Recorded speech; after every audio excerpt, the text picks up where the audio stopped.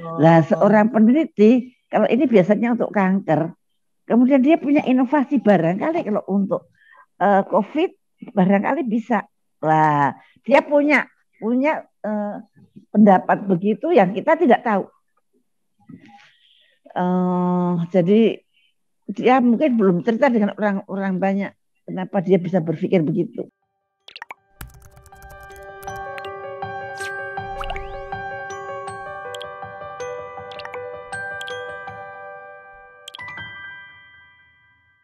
selamat malam. Assalamualaikum warahmatullahi wabarakatuh. Terima kasih banyak buat Waalaikumsalam. Ibu Siti Fadila Supari. Salam sehat selalu untuk Ibu. Seger selalu. Saya lihat tampilannya sekarang makin cerah nih Ibu nih. Amin.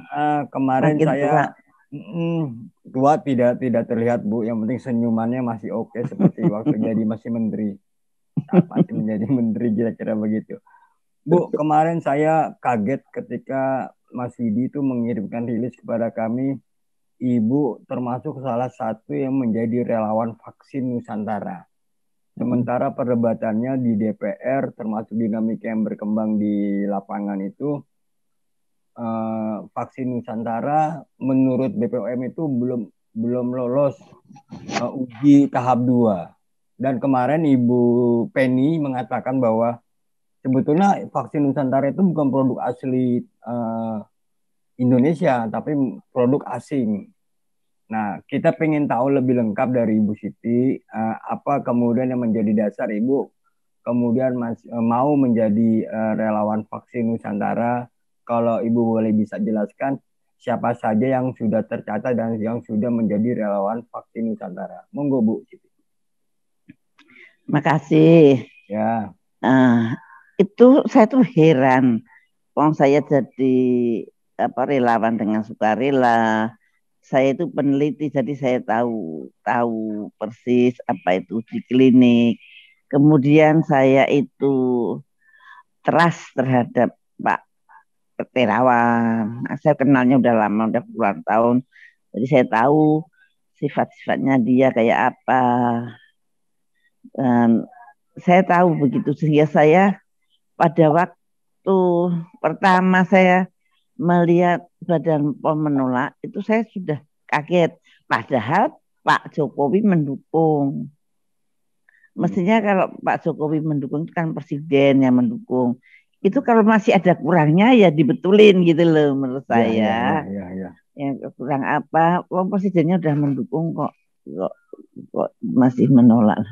Kalau yang namanya penelitian itu kalau memang ada yang kurang bisa diulang, bisa diulang lagi. Yang penting adalah apa namanya logikanya dia logis apa tidak, kerangka teoritisnya dia logis apa tidak. Kalau itu memang logis, ya penelitian itu harus diteruskan gitu. Tapi kan itu secara ilmu pengetahuan. Kalau Badan POM kan mempunyai pertimbangan yang saya nggak tahu. Nah itu, nah itu saya karena saya menghargai pemikiran dia, Pak Terawan. pemikiran dia. Kalau ilmu pengetahuan itu tidak butuh, tidak hanya logis, tapi harus dibuktikan. Nah saya oke deh saya rela menjadi relawan untuk membuktikan hipotesis dia. Itu. Jadi tidak ada perhitungan-perhitungan apa kayak perhitungan yang aneh-aneh itu nggak ada. Cuman spontan aja loh ke Pak Sudi ikut, Pak Ical ikut. Ya aku ikut dong gitu tuh nggak ada beban, nggak ada ini. Dan mudah-mudahan sih bisa mudah-mudahan yang fase 2 ini tidak dijegal lagi. Tidak dijegal lagi dan mudah-mudahan akan ketahuan hasilnya. Seorang peneliti itu mempunyai hipotesis dan kemudian berproses untuk membuktikan dengan penelitian.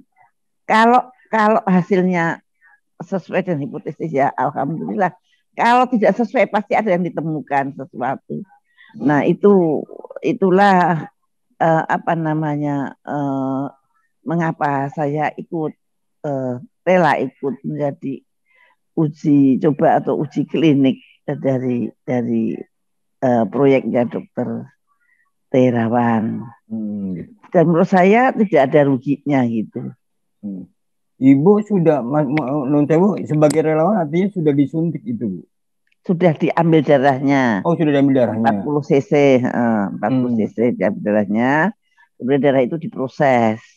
Diambil sel-sel darah saya, dendritik sel saya diambil dari darah saya tersebut, dipisahkan.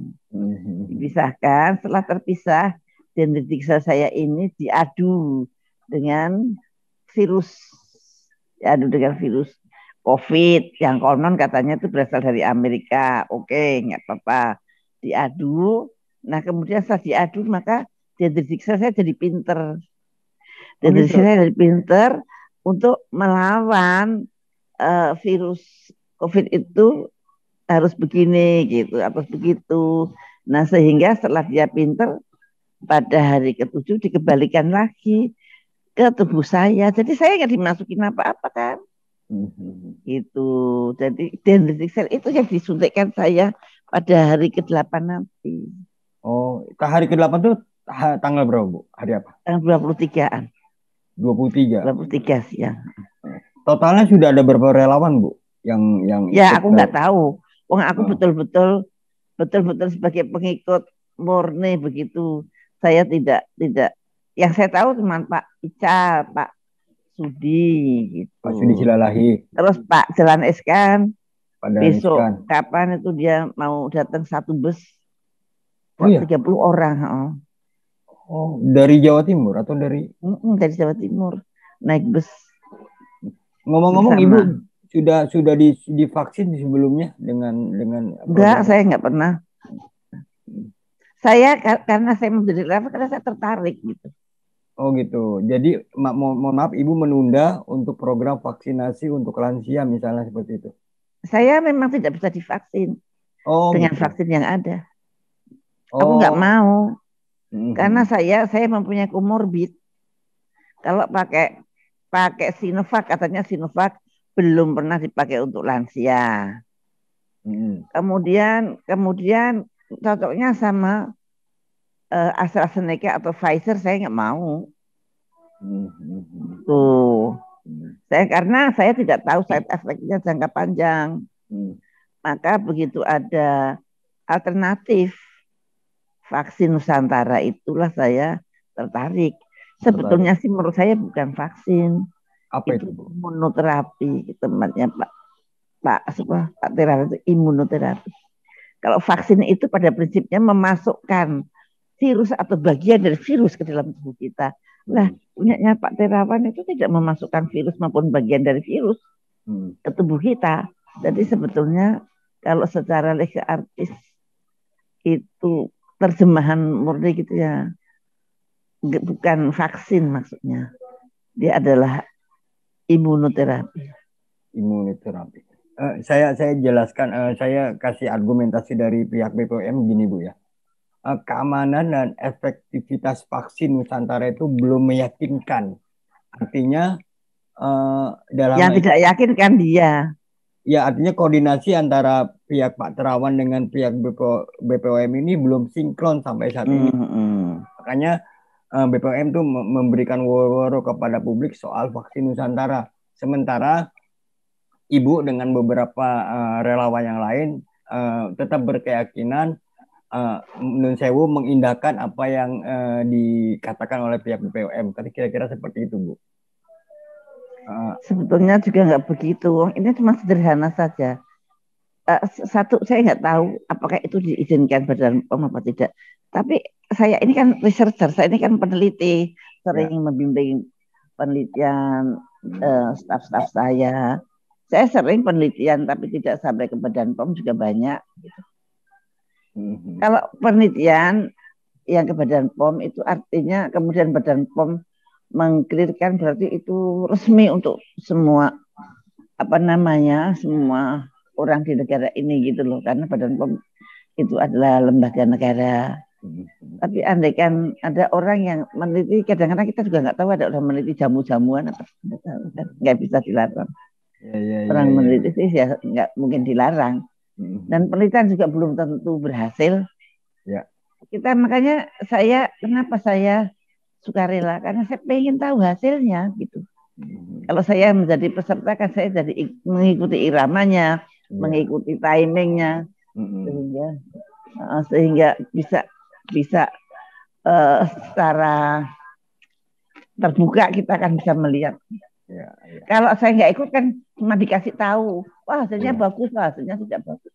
Tapi kalau saya ikut, mau nggak mau saya akan bisa melihat dinamikanya, saya bisa melihat ininya. Jadi cocok Ibu udah menjadi ciri-ciri peneliti seperti itu, lebih baik cebur langsung mengetahui secara langsung daripada menerima, kira-kira seperti itu. Iya. Ya betul. Bu, boleh tahu, mohon maaf Ibu, pasca keluar kan kemudian masih dalam pandemi, kemudian gimana Ibu kesehariannya menjaga jarak atau sosialisasi yang selama ini diumumkan kepada pemerintah dalam aktivitas keseharian Ibu selama ini? Oh, saya pelaku protokol kesehatan yang disiplin. Jadi yang apakah itu 3M apa itu 5M? Satu pakai masker, jaga jarak, cuci tangan yang teratur dan benar. Dan di rumah saya buka blak, jadi seperti teras gitu. Jadi saya begitu di rumah itu selalu rumah terbuka. Anginnya langsung masuk, AC saya nggak pakaiin, jadi kalau hanya di kamar tidur aja pakainya. Karena kalau AC juga mempermudah, katanya mempermudah virus itu berputar-putar di kamar, dan lebih baik kita buka blak, angin masuk, sinar matahari masuk, jadi sehat sekali. Karena ini pernah kan ke rumah saya? Iya Bu, pernah. Nah, di kamar tengah itu saya buka blak gitu, pintu-pintunya saya buka penuh. Bu, kalau kita targetnya Pak Jokowi terkait mengakhiri pandemi ini, kalau Ibu, kalau saya tanya sebagai seorang peneliti atau sebagai seorang mantan Menteri Kesehatan, kira-kira target itu bisa tercapai nggak Bu? Kira-kira tahun depan kita herd immunity itu bisa terlaksana di negara kita. Herd immunity yang dimaksud pemerintah itu kan kalau sudah 70% semua tervaksinasi. Ya. Nah, kendalanya apa bisa 70% tervaksinasi? Satu tuh. Kedua, bagaimana mengukur herd immunity selain dari jumlah itu? Nah, apakah betul 70%? Jangan-jangan kurang dari 70%. Karena sebenarnya herd immunity itu kalau 70% dari satu populasi mempunyai imunitas yang bagus, nah itu populasi semuanya terlindung. Nah, imunitas yang bagus itu bisa secara alami kalau kita menderita. Kalau Anda menderita COVID, maka Anda akan mempunyai, setelah sembuh, Anda akan mempunyai imunitas yang jauh lebih bagus daripada Anda divaksin. Ya. Gitu. Jadi kalau semua harus 70%, artinya orang-orang yang mempunyai imunitas yang bagus itu tidak dihitung. Kalau orang-orang yang mempunyai imunitas bagus itu dihitung, mungkin tidak perlu 70%. Jangan-jangan cuma 50% atau berapa. Saya nggak tahu ngitungnya. Nah, maka itu kalau saya disuruh menilai targetnya tercapai apa tidak, terus terang ya saya nggak bisa menilai karena faktornya banyak sekali dan saya tidak tahu persis data-datanya. Sekarang berapa persen sih yang divaksin? Kalau nggak salah 10 jutaan. 10 juta ini udah mau tahap kedua ya. Nanti kan ya ini kan memang berangkatnya nanti pada bulan Juli semua sekolah itu kan akan dibuka dengan syaratnya para pengajar itu sudah disuntik vaksin. Kemudian murid-muridnya juga akan masuk secara bertahap. Kan disuntik vaksin tidak menjamin dia tidak bisa kena. Ya itu emang itu salah satu persyarat menurut versi pemerintah seperti itu kali Bu. Nah Ibu sebagai sebagai seorang yang pernah duduk di pemerintahan, sebagai pernah yang menjadi Menteri Kesehatan, langkah-langkah yang dilakukan oleh pemerintah saat ini menurut Ibu sudah on the track atau memang masih ada kelemahan-kelemahan Bu terkait ini? Ya, saya tidak dalam posisi bisa menjawab itu di sini ya. Nggak enak nanti apa namanya. Saya menilai sesuatu itu saya nggak mau menilai. Yang jalan ya jalanlah. Gitu ya. Oke. Saya tidak mau menilai. Oke. Sebelumnya saya perkenalkan dulu Bu, sudah bergabung bersama kita Mas Domu Warambarita, Wakil Direktur Pemberitaan Tribun Network. Mas Domu, apa monitor? Baik, Ibu Siti Fadila, Assalamualaikum warahmatullahi wabarakatuh. Waalaikumsalam. Apa Bahagia Domo? senang melihat Ibu sehat. Kabar baik. Bu Siti 70 tahun ini Bu ya? Iya, udah tua banget. Senyumnya masih muda. Wajahnya masih sekitar 50-an kelihatan. Seperti 50-an. Tentu ini jamunya maknyus ini. Izin Ibu baru gabung saya karena tadi ada acara dengan Pak Mahfud di kantornya, jadi masih di jalan ini. Enggak apa-apa. Ibu kan usia 70 tahun dan sebagai mantan Menteri Kesehatan dan juga masih dosen, Bu berbagi tips dong tentang bagaimana cara hidup sehat di dalam era COVID kepada terutama mereka yang lansia, Bu. Makannya seperti apa, istirahatnya seperti apa, silakan Ibu. Aduh. Berbagi kisah deh dengan kami, cara-cara deh. Cara-cara sepengetahuan saya ya. Satu. Iya Bu, ya Bu. Lakukan protokol kesehatan dengan disiplin. Satu, pakai masker, kemudian distancing, kemudian cuci tangan dengan betul, jangan banyak berkerumun dan tidak usah pergi kemana-mana kalau tidak perlu banget. Jadi janganlah jalan-jalan ke pasar sendiri dan sebagainya. Kemudian setelah itu tidur yang cukup itu kira-kira 7 jam. 7 jam sampai 8 jam malam ya per hari. Nah, walaupun aku sendiri gak pernah bisa, saya paling juga 4 jam. Nah, kemudian setelah saya itu paling tidak sehat hidup saya itu. Bu, soal tidur, sering pertanyaan. Iya. Dalam sehari 7 jam itu harus long, tidak terputus atau boleh terputus Ibu? Boleh lah, boleh terputus nanti ditambal gitu.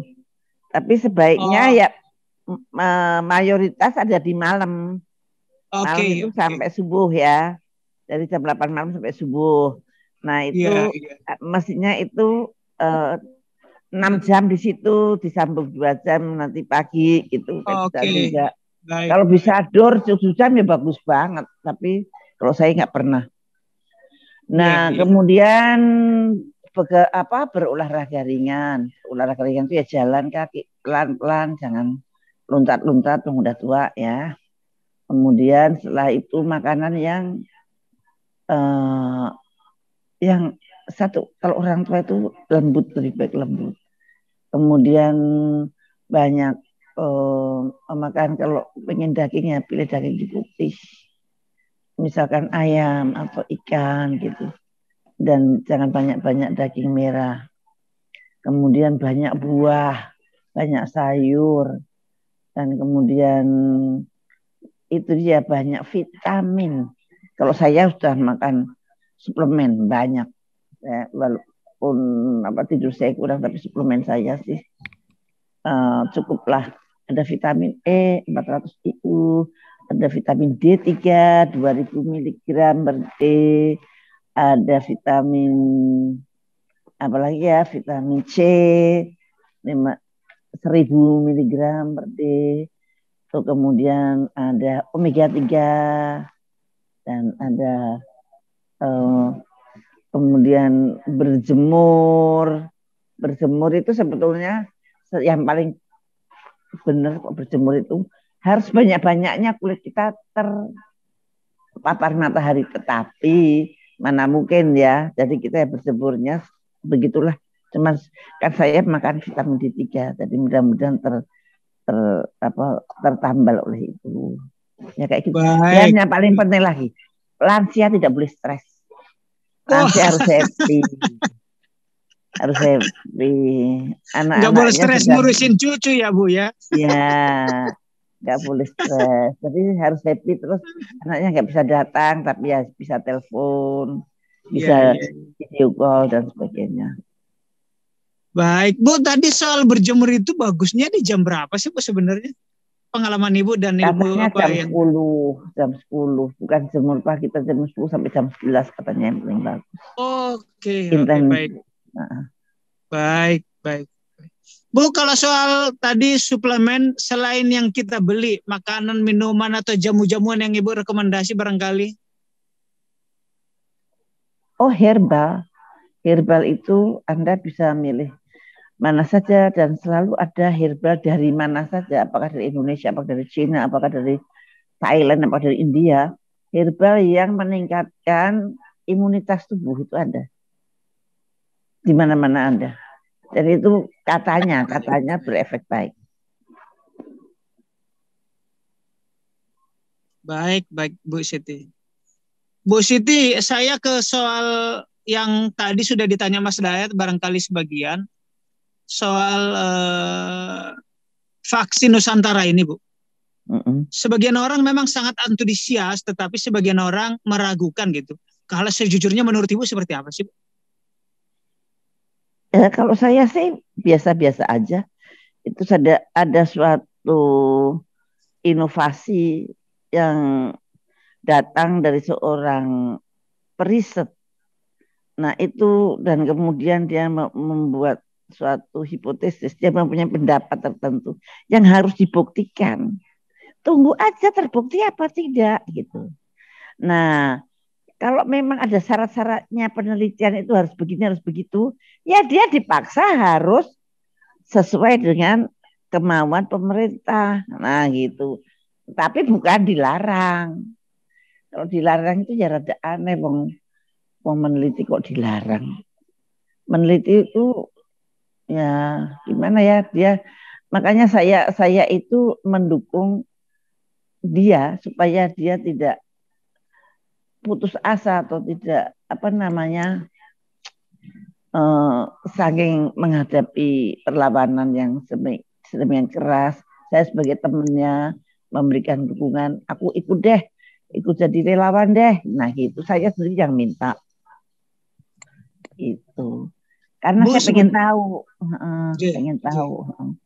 Kan saya ikut itu memang karena saya pengen tahu nanti hasilnya seperti apa ya. Ibu, yang Ibu maksud peneliti itu siapa sih, Pak Terawan atau masih ada orang lain? Pak Terawan aslinya. Pak Terawan itu dari dia. Kalau dia tidak mempunyai ikir untuk membuat, saya kira siapapun nggak akan bisa memaksa dia. Memang dia dikelilingi oleh ahli-ahlinya. Yang kebetulan dia kerja di Amerika itu, siapa itu, Aivita apa siapa itu. Tapi ide untuk itu menurut saya sih dari beliau. Soal dendritic cell, itu dia sudah bertahun-tahun bergelut dengan dendritic cell itu di pojokan RSPAD itu ada ruangan memang khusus untuk itu. Nah, makanya menurut saya dia tidak jatuh dari langit tiba-tiba mempunyai ide itu, enggak, karena dia memang bergulat terus dengan sel-sel itu. Tuh. Iya. Itu yang jarang diketahui orang banyak, bahwa Terawan itu memang bergelut dengan sel cure. Jadi untuk pasien-pasien yang kena kanker atau diabetes yang sudah parah, itu ada di ruangan RSPAD di sebelah belakang itu ada. Saya pernah diajak meninjau ke sana.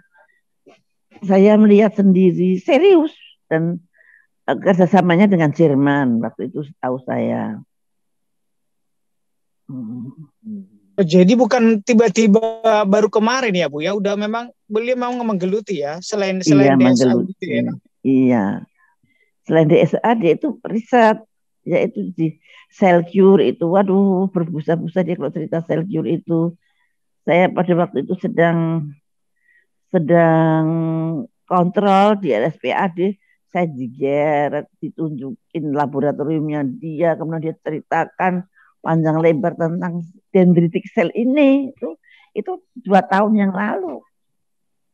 Gitu loh. Tapi bukan untuk vaksin, untuk orang-orang kanker. Lah seorang peneliti, kalau ini biasanya untuk kanker, kemudian dia punya inovasi barangkali kalau untuk COVID barangkali bisa. Lah dia punya pendapat begitu yang kita tidak tahu. Jadi dia mungkin belum cerita dengan orang-orang banyak kenapa dia bisa berpikir begitu. Nah gitu. Atau itu disimpan atau gimana. Makanya saya pengen tahu banget, makanya saya ikut jadi relawan. Karena saya pengen banget ikutin dia sampai mentok, sampai ya hasilnya seperti apa. Dan seorang researcher itu tidak tergantung dengan hasil. Yang kita ini adalah prosesnya. Proses kita harus betul ya. Proses kita harus betul dan benar. Ikutin kaidah-kaidah yang benar. Makanya saya ikut biar saya tahu kaidah-kaidahnya benar nggak ya gitu. Sejauh ini penglihatan Ibu dan Ibu kemarin ikut masih on the track, masih di dalam rel yang benar? Waktu kemarin saya kan datang kemudian diberikan briefing, diberikan petunjuk-petunjuk ini maksudnya begini jelas banget. Terus diambil darahnya dan nanti 7 hari lagi datang lagi. So far sih ya seperti penelitian-penelitian yang pernah saya lakukan. Seperti yang penelitian klinik yang dokter lakukan. Nah, saya katanya beliau itu mengikuti apa yang diperintahkan di DPR gitu. Jadi pada waktu dia di DPR kan diberi mbok kamu kok meneliti begini lah, dia terus ngikutin arahannya DPR. Tuh. Ya kita ikutin aja deh. Dan belum tentu berhasil kan, tapi saya berdoa mudah-mudahan berhasil. Iya, iya. Ibu apakah melihat Pak Terawan ini agak nyeleneh karena mengingat sebelumnya DSA juga dianggap nyeleneh, tapi akhirnya orang ngikutin juga kan? Apakah ini juga penelitian yang agak nyeleneh menurut Ibu? Saya kata-kata nyeleneh di dalam kamus saya tuh gak ada sih. Out of the box ya ada. Out of the box. Tapi nyeleneh itu konotasinya kok kurang baik. Tapi out of the box out of the box itu kita menghargai orang berpikir berbeda dengan yang lain. Memang banyak sarjana itu yang urut gitu, nurut. Tapi ada juga yang berpikir out of the box, lompatan, dan kemampuan itu kemampuannya masing-masing. Saya ini kan guru dari S2. Jadi S2 itu selalu bikin research atau S3. Nah, itu kalau yang namanya promovendus S3 itu mau doktor itu ya. Promovendus itu pasti paling pinter dibandingkan dengan pembimbing-pembimbingnya. Paling ngerti tentang masalahnya dia. Nah, itu. Makanya saya masih mempercayai bahwa kalau seseorang berani membuat satu proposal, pasti dia sangat menguasai substansinya. Baik, Bu. Bu, satu lagi, ini kan kemarin mantan Menteri BUMN Pak Dahlan Iskan ke sana, mantan Mensesnek Pak Sudi Silalahi ke sana, mantan Menkes Ibu Siti ke sana. Sebuah kebetulan saja atau? Menurut saya kebetulan saja. Wong Pak Dahlan Iskan juga nggak tahu kalau saya ke sana. Waktu saya bilang, aku mau ke sana juga. Loh kok sama Mbak gitu. Jadi tidak ada yang ayo yuk ke sana gitu, enggak. Cuman spontan aja. Mau bawa Baik. rombongan Mas Demu. Baik Bu Siti, baik, salam sehat selalu Bu. Silakan teman-teman dilanjut kalau ada yang mau ditanyakan lagi. Ya, di sini ada Mas Willy. Silakan Mas Willy. Mas Willy ini manajer kita Bu di bidang kesehatan juga. Mungkin Mas Willy punya pertanyaan-pertanyaan juga untuk Ibu Siti. Silakan Mas Willy. Halo, selamat malam Bu Siti Fadila. Malam. Malam Bu. Bu, tadi kan Ibu sempat cerita soal apa tadi ya, penelitian yang Pak Terawan tadi Bu, yang soal sudah 2 tahun lakukan penelitian segala macam Bu. Bukan 2 tahun lakukan penelitian. Buat saya mengenal Pak Terawan dengan sel cure-nya itu kira-kira setahun apa 2 tahun yang lalu. Ngerti nggak sel cure? Dia ngurusin sel-sel, ngurusin dendritic sel, itu dari tahun yang lalu atau 2 tahun yang lalu. Waktu itu saya pas kontrol terus ditarik, dia dibawa ke laboratoriumnya. Bukan meneliti. Oh, bukan meneliti. Oh iya. Maksud saya dia bekerja di laboratorium itu. Nah, tuh kemudian sekarang mempunyai ide yang ini, itu bukan jatuh dari langit gitu loh. Maksud saya bahwa dia sudah berkecimpung di dalam masalah sel gitu. Ya, Dokter Terawan kan selama ini kan dikenal sebagai dokter kepala RSPAD yang menangani penyakit-penyakit kayak misalkan kanker otak segala macam. Nah, ini yang tidak menular. Yang tidak menular. Nah, sepengetahuan Ibu, Dokter Terawan ini memahami nggak Bu penyakit-penyakit menular kayak COVID segala macam seperti itu Bu? Saya kira semua dokter memahami, nggak usah Dokter Terawan, semua dokter pasti memahami. Kan COVID penyakit baru, jadi dipelajarinya ya baru, semuanya belajarnya sama dan ilmunya sudah dikemas dari sana. Saya kira tahu persis dia. Kita tahu bahwa Ibu Siti ini termasuk yang tanda kutip anti badan-badan asing lah ke Indonesia ya. Dalam tanda kutip bukan pernah punya sejarah. Nah, apa yang kira-kira harus dilakukan oleh pemerintah sehingga penelitian Pak Terawan ini semoga benar ya, vaksin Nusantara ini benar. Apa yang harus didorong pemerintah mestinya supaya itu terwujud? Masalah nanti dia ternyata nggak sehebat yang lain, itu urusan lain gitu loh. Betul. Menurut saya pemerintah Tutwuri Handayani silahkan melakukan penelitian, dan Tutwuri Handayani itu tidak dilepas begitu saja, dipantau sampai dapat hasilnya. Toh nanti kalau hasilnya baik, pemerintah juga ikut beruntung karena kita juga dapat nama, gitu loh. Maksud saya itu ada orang yang mempunyai pemikiran, Bu, jangan ditebang dulu, dilihat dulu, monggo kita Tutwuri Handayani. Wah, mudah-mudahan berhasil. Kalau memang tidak berhasil, ya sudah. Ternyata hipotesis Anda salah. Ngono. Tapi kalau tiba-tiba ditebang, tidak boleh meneliti, itu rasanya kok tidak tidak Pancasilais gitu. Masa kayak gitu. Menjegal ide karya anak bangsa ya. Bu, saya mau nambahkan Bu, selain vaksin Nusantara yang dikembangkan oleh Pak Terawan, kan juga Pak Bambang Brojonegoro beberapa waktu lalu juga jauh-jauh hari juga sudah menegaskan merah putih. Ya, vaksin merah putih. Yang Ibu ketahui soal vaksin yang sedang dikembangkan oleh menjadi produk dalam negeri ini apa Bu? Vaksin merah putih itu. Ada beberapa vaksin yang produksi dalam negeri. Itu yang dari Pak Brojonegoro merah putih, monggo pakai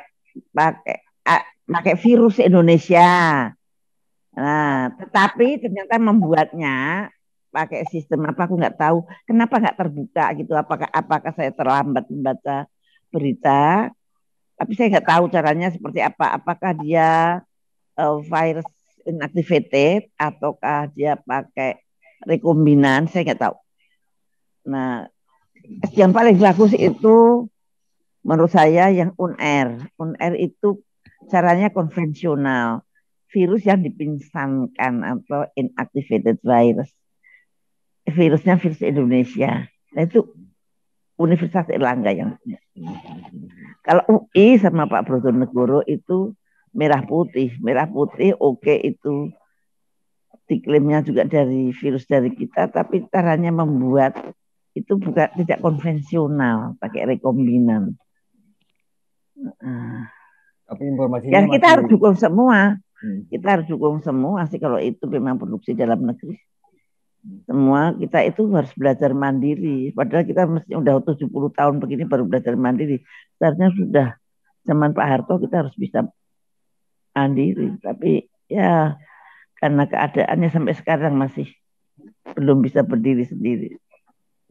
Soal genus Bu, yang sebagai misalnya syarat misalnya yang diterapkan di beberapa bandara untuk mendeteksi penumpang atau calon penumpang itu layak untuk bisa terbang atau tidak, menurut Ibu itu penemuan yang bagus ya? Ya bagus, dan itu kan kesepakatan pemerintah untuk kita mempercayai itu sebagai alat untuk mendeteksi apakah ada virus di hidung apa tidak. Dan pemerintah mengaku itu ya oke jalan. Murah dan itu produk dalam negeri sendiri. Teman-teman, ada yang silakan kalau ingin mau bertanya, mumpung ada Ibu Siti, Mas Andri Malau, Mas Genik, Mas Denis, silakan Mas Denis. Mas Genik. Izin Bang, saya mau nanya dong Bang. Ya silakan Mas Genik. Ini reporter kami Bu di lapangan. Iya Bu Siti, sebelumnya saya mau nanya dong, ini kan vaksin Nusantara yang dikembangkan Terawan nih menuai polemik ya, dan khususnya dari BPOM sendiri menyatakan bahwa peneliti vaksin Nusantara ini dinilai mengabaikan banyak prosedur PPUK itu ya. Nah Bu, saya mau nanya, kok bisa gitu loh, sesama peneliti itu bisa punya pandangan yang berbeda tentang vaksin Nusantara. Misal BPOM bilang ini menyalahi protokol, terus tapi dari pihak Universitas Erlangga bilang vaksin Nusantara ini bagus. Kenapa sih Bu bisa beda penilaian gitu sesama peneliti Bu? Ya, kamu nggak bisa membandingkan dong BPOM dengan peneliti yang lain. Kalau peneliti yang lain itu tidak mempunyai beban. Ya, peneliti-peneliti yang biasa, misalkan dari Erlangga, tidak ada beban. Maka dia menilai seperti apa yang ada di dalam mindsetnya dia. Tapi kalau Badan POM kan ada beban, dia kan alat pemerintah, dia harus mengikuti apa dan apa kita nggak tahu dia bebannya apa. Dia mempunyai selain ilmu pengetahuan tentang riset juga dia mempunyai aturan-aturan yang kita nggak tahu gitu. Tapi kalau peneliti-peneliti biasanya oke saja kita ikutin saja, coba salah apa benar gitu. Nah kalau Badan POM kan dia yang mempunyai wewenang. Wah harus ikut protokol. Ikut protokol itu maksudnya kan tidak salah kok gitu loh. Nah itu mestinya ya Dokter Terawan barangkali harus, mungkin sudah ngikutin sekarang kali. Oke Bu, ya mungkin itu aja Bu. Ya, berhubung kita bisa mengundang Ibu Siti, jadi saya agak sedikit paham nih kontroversi terkait vaksin Nusantara yang sedang dikembangkan. Bu, saya mau tanya lagi secara spesifik, kalau mungkin ini berhasil, vaksin ini, apakah ini bisa diperuntukkan untuk semua umur atau memang untuk kalangan tertentu, umur tertentu, Bu? Uji ini. Menurut saya, karena itu menyangkut genetik sel ya, menurut saya ya bisa untuk semua umur sih. Semua umur. Itu untuk mencegah atau untuk apa, obat atau memang untuk apa itu ya? Itu imunoterapi. Imun. Gitu. Itu untuk mengobati imunitas. Jadi kalau imunitas bisa diobatin, dinaikkan imunitasnya dengan caranya beliau ini, ya udah beres. Kita nggak perlu takut lagi dengan apa-apa. Dengan penyakit menular kayak apa. kalau imunitas tubuh kita dibetulin sama dia. Gitu. Ya sekarang dia dibetulin. Bayangin saja ini dibetulin karena ada COVID. Nanti misalkan ada penyakit yang lain. Bisa dibetulin lagi. Dengan penyakit yang lain itu imunitas kita juga dikuatkan gitu. Jadi setiap ada ini tinggal ngambil dendritikselnya dari kita atau kemudian ditarungin dengan virus-virus baru, kemudian setelah selesai diinkubasi bersama-sama dengan virus itu dan dendritikselnya sudah merekam bagaimana dia bertarung dengan sel-sel dengan virus-virus itu, maka dia akan kembali lagi disuntikkan ke orangnya, kembalikan untuk bertugas di dalam tubuh gitu loh. Ya bisa ya suatu revolusi sebetulnya. Ya. Ini berbeda dengan vaksin yang lain. Ya. Oke, terima kasih Ibu Siti Fadila, Mas Widi, Mas sebentar saya harus pakai kacamata. Burhan. Mas Burhan. Terima kasih atas waktunya sudah memberi pencerahan kepada kami. Kita mendapatkan informasi secara khusus dari Ibu Siti Fadila yang memang kami anggap kompeten untuk menjelaskan mengenai soal isu vaksin Nusantara sampai latar belakang Ibu. Kemudian Ibu menjelaskan secara gamblang alasan Ibu mau menjadi relawan vaksin Nusantara. Terima kasih atas waktunya. Kita selesaikan wawancara khusus ini.